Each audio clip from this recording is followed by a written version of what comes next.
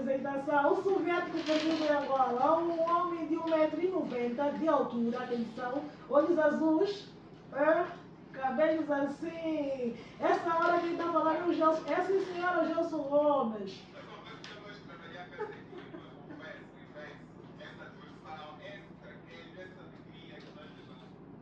Olha, muito obrigada. Eu também gosto muito de trabalhar com a equipa. Atenção, não é à toa que nós somos o Quarteto Fantástico da Manhã de Luanda. De Luanda e o mundo, hein? Na produção e apresentação deste programa, Tires Alberto, a voz que confunde muita gente, mas ainda assim é para deixar você bem descontraído. Nós vamos continuar nossa segunda hora do programa Votos Gravados de muito bom dia para você que só agora sintonizou 98.7. Este é a Rádio Next FM, o programa é Manhã da Next. Estamos ouvindo pela música de Mike Kalamai, Certo Jur. É de forma propositada, é para presentear, não é para parabenizar todos os aniversariantes que estão a completar mais uma risonha primavera neste dia 27 de março. Antes ouvimos também a música de Juca, amiga, ele que diz que precisa de sentir o calor, precisa de sentir o amor, precisa de sentir a atenção da amiga e fez aqui questão de deixar tudo de forma cantada. Nós por cá vamos continuar, os nossos convidados já estão no estúdio, agora são 11h07, é momento de nós também deixar aqui os abraços aos nossos ouvintes, já nessa nossa segunda hora, que estão a acompanhar o nosso programa dos mais variados pontos do país e também na diáspora. E vamos começar assim por aqueles que estão mais distantes, não é?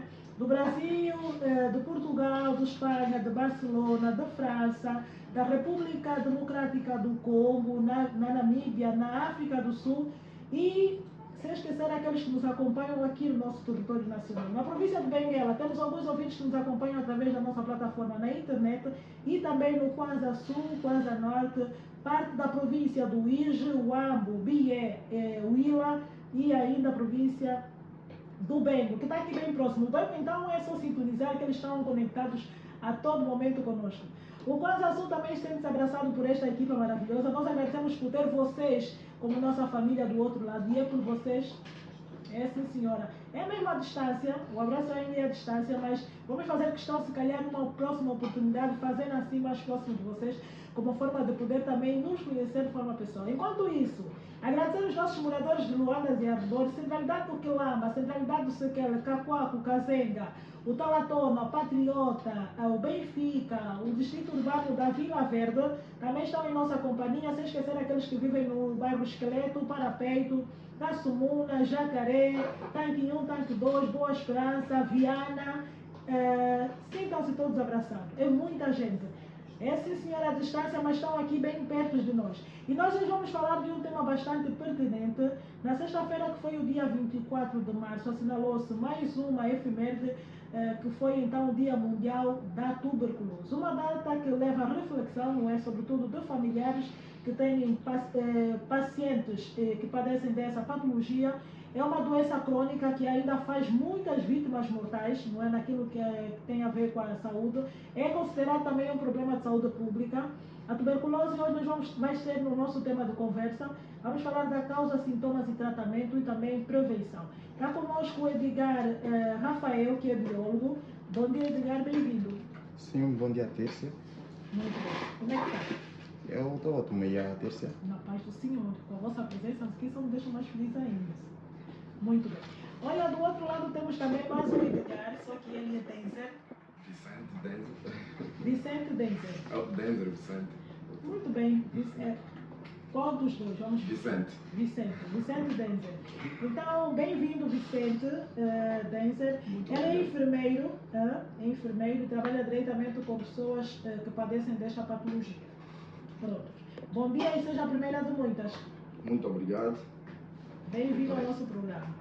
Temos um psicólogo que vai estar aqui a falar do lado emocional dos pacientes que padecem de tuberculose, como, por exemplo, trabalhar a mente, não é, para, por exemplo, incentivar a fazer a medicação, a não parar, a ganhar autoestima e também continuar com aquela vivência normal, mesmo a fazer a medicação e sendo um paciente com tuberculose. Ele é o... Eu vou fazer questão que ele se apresente, é o Germano.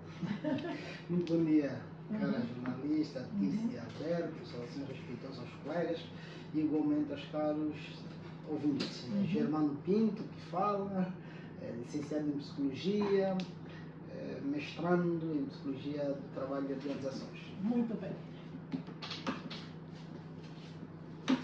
Nós vamos continuar desse lado. Vamos olhar aquilo que tem a ver primeiro com o nosso tema. Dizer que a tuberculose é uma doença infecciosa causada pela bactéria Mycobacterium tuberculosis, mais conhecida como bacilo de Koch. E eu vou começar mesmo já aqui pelo nosso biólogo, não é? Para poder responder à primeira questão.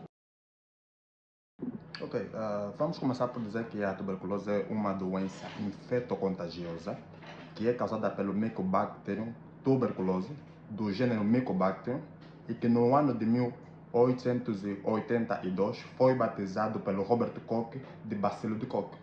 E é uma doença que necessariamente ataca as vias respiratórias, nomeadamente os pulmões. Pronto, já agora muito obrigado. Bom dia a todos os ouvintes. A transmissão é direta de pessoa a pessoa. E, portanto, a aglomeração é um dos fatores, né, de risco.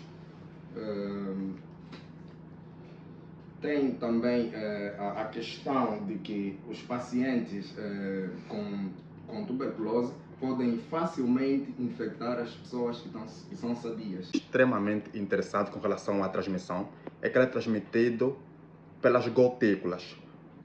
Um indivíduo bacilífero, que é o indivíduo doente, quando fala, quando tosse ou quando espirra, ele consegue, por meio do ar, deixar essas gotículas que futuramente podem ser inaladas por uma pessoa sadia.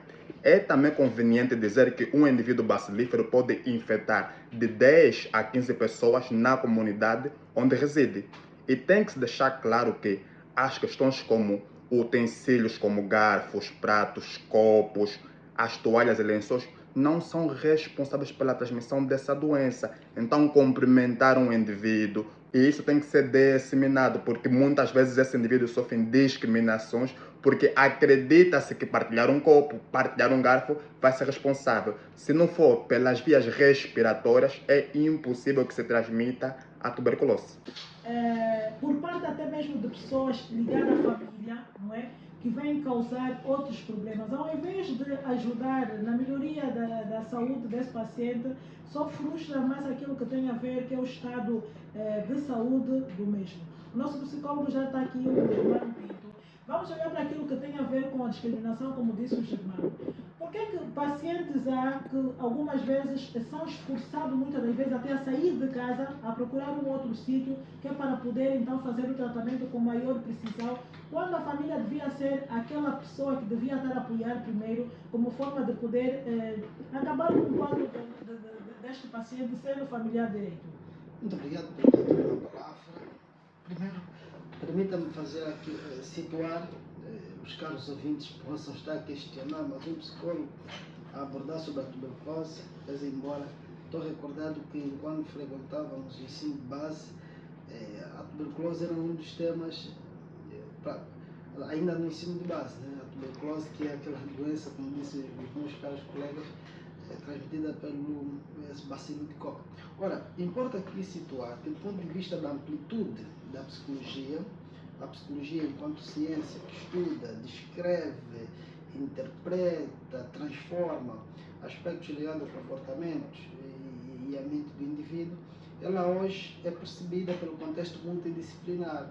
Ora, sou psicólogo aquele que frequenta no mínimo 4 anos. E ao frequentar esses 4 anos de licenciatura, há a possibilidade de fazer especializações. Essa psicologia mesmo, a grande ciência, esta mãe, um dos seus filhos, ou uma das suas filhas, é a psicologia hospitalar. Essa psicologia hospitalar, que é um subgrupo da psicologia da saúde. Ora, a psicologia hospitalar é nova, a sua regulamentação só surge no ano 2000. Então, a psicologia hospitalar, enquanto um ramo da psicologia da saúde, ela preocupa-se com aspectos psicológicos adentrado à enfermidade que o indivíduo carrega. Então, indo agora para a questão que coloca a nossa cara jornalista, é preciso percebermos que as pessoas discriminam por falta de informação. Quando nós falamos de educação, porque a educação vem da informação, da partilha do conhecimento, a educação ela tem uma tríplice que é educar valores éticos e morais, tem a perspectiva do respeito ao outro, tem ainda a compreensão da diferença entre os indivíduos. As pessoas comumente discriminam porque desconhecem. Desconhecendo, por exemplo, a informação que partilhou aqui o meu colega Edgar, enquanto biólogo, de que não é transmissível essa microbactéria, não é transmitida, por exemplo, por meio dos lençóis, dos talheres. Desconhecendo essa informação, a pessoa vai ser discriminada.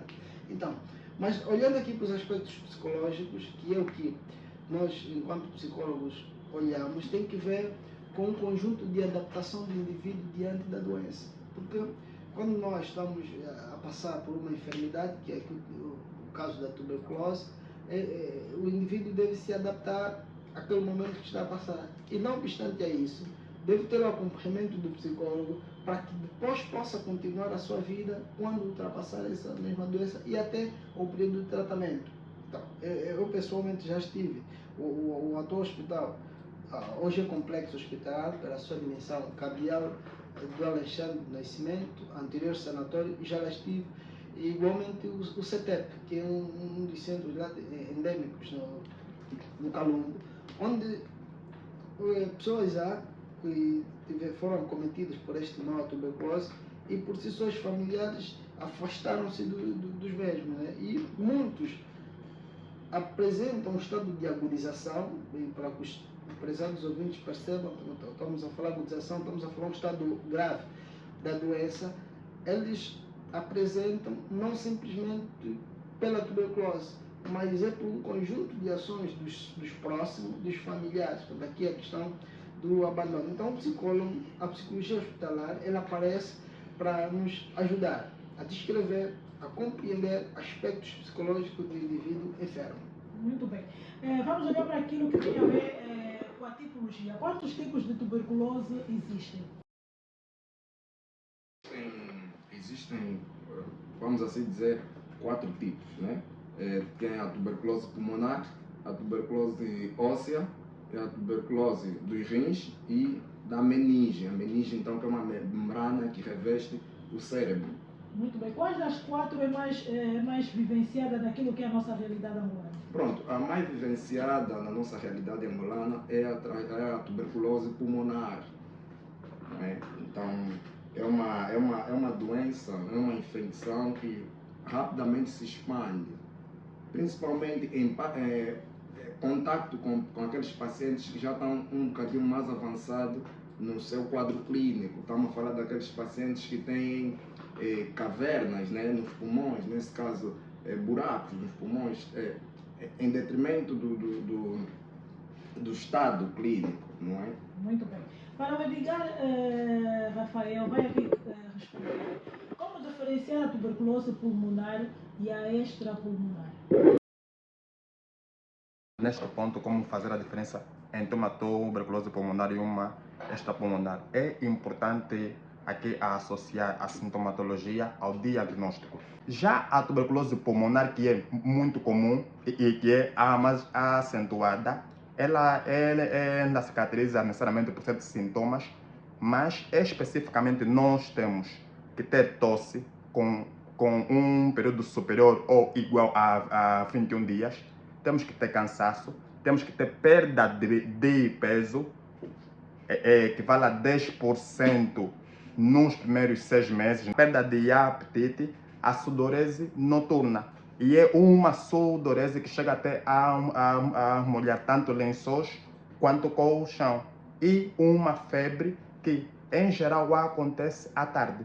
Então, com base nessa sintomatologia, já se pode associar basicamente onde esta tuberculose se é um caso pulmonar ou é um caso extrapulmonar.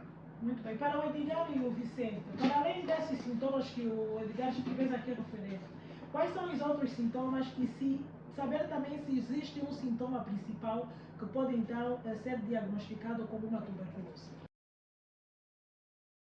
Alguns pacientes não exibem nenhum sinal no princípio, é preciso referenciar isso. e são ignorados por vezes por alguns meses ou anos.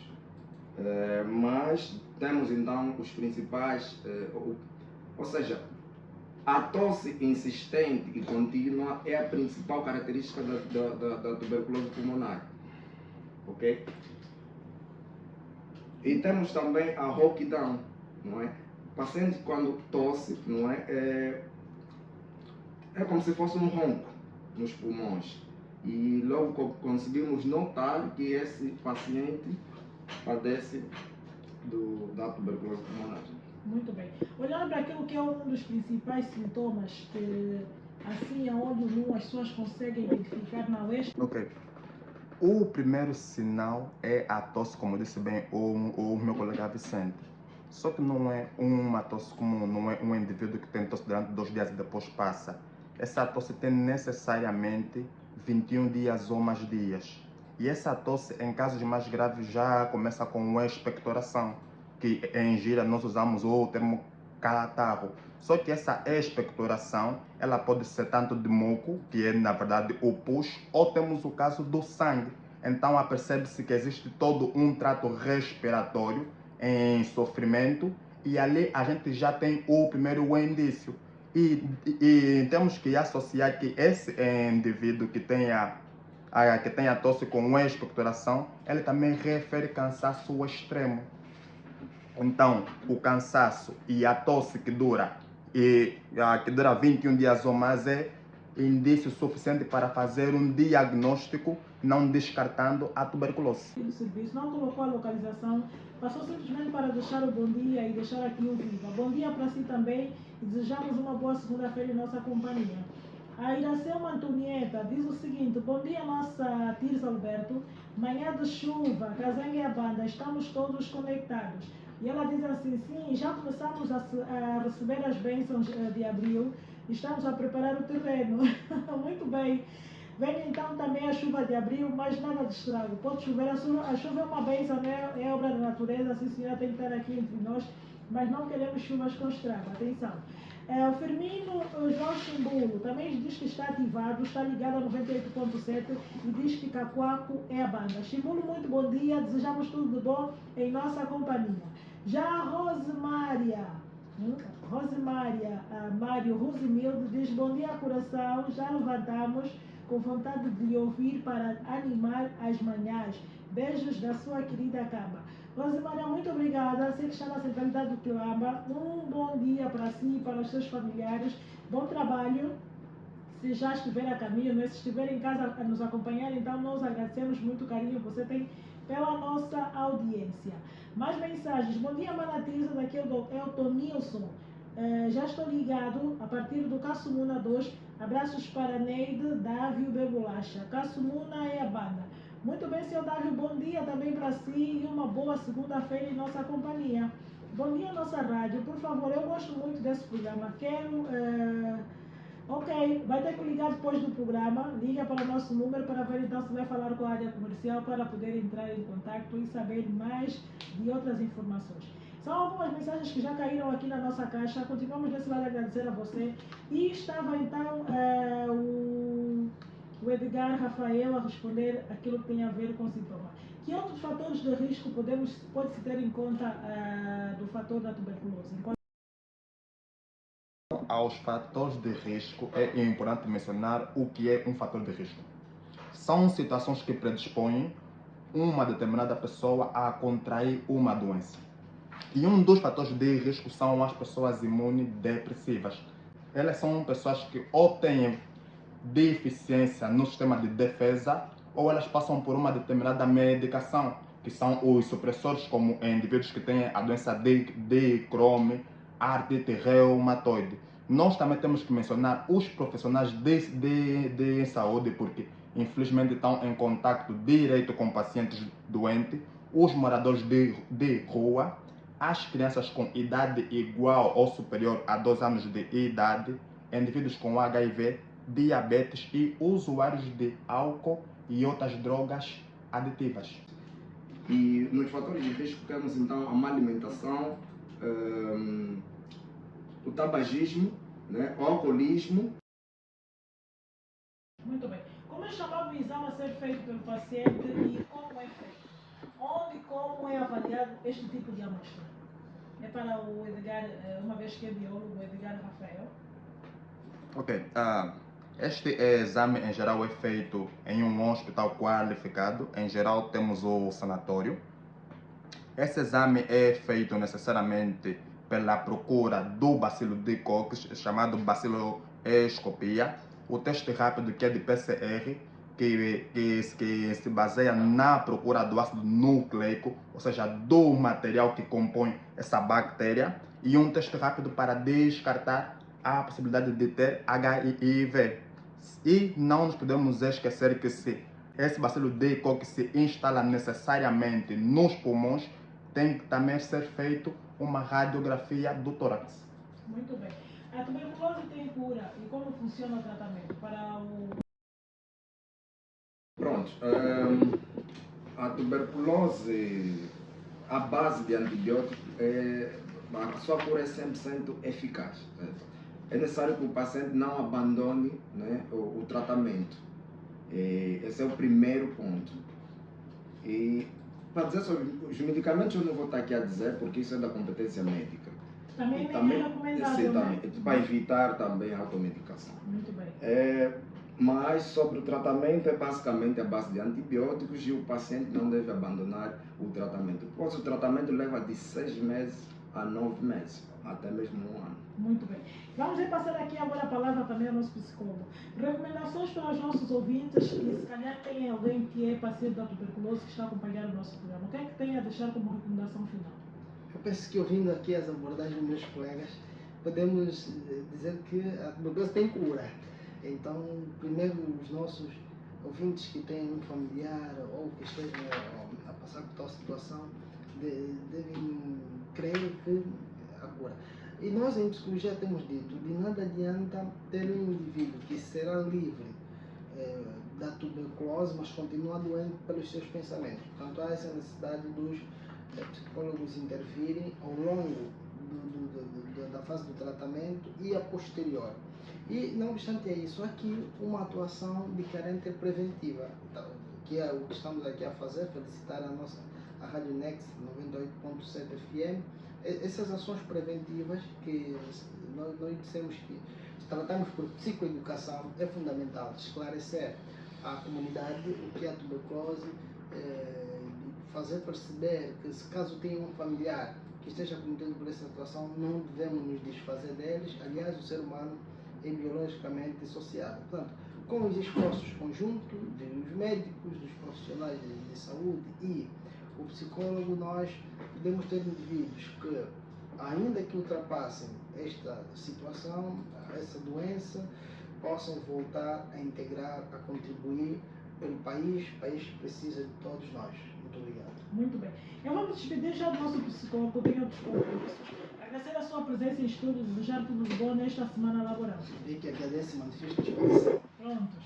E por cá, vamos também pedir ao Edgar Rafael que conclua, deixando aqui a recomendação. Ok, com relação às recomendações finais, é importante dizer que um paciente pode sentir-se bem 2 meses após começar essa medicação, e é importante que não termine ou que não abandone essa medicação por um motivo muito simples. Se um tratamento vai de 6 meses a 1 ano, é importante que ele consiga cumprir esse período pela resistência bacteriana. Essa resistência bacteriana é muito associada a um material genético extra que a bactéria tem e que é responsável por perceber, eu tive acesso a essa medicação, ele não terminou essa medicação, eu agora conheço essa informação e eu posso resistir a ela se ele decidir por essa medicação passado muito tempo. Então agora vai se fazer uma alteração, uma nova avaliação desse paciente e ele perde mais tempo. E é tempo que é importante para um paciente que tem a doença. E é conveniente que a educação seja passada de forma clara. Mais importante do que combater um indivíduo com a tuberculose é combater uma sociedade que não percebe como funciona e como é transmitida a tuberculose. Por quê? Eu já vi casos em que um paciente é afastado do hospital porque está muito próximo de um profissional.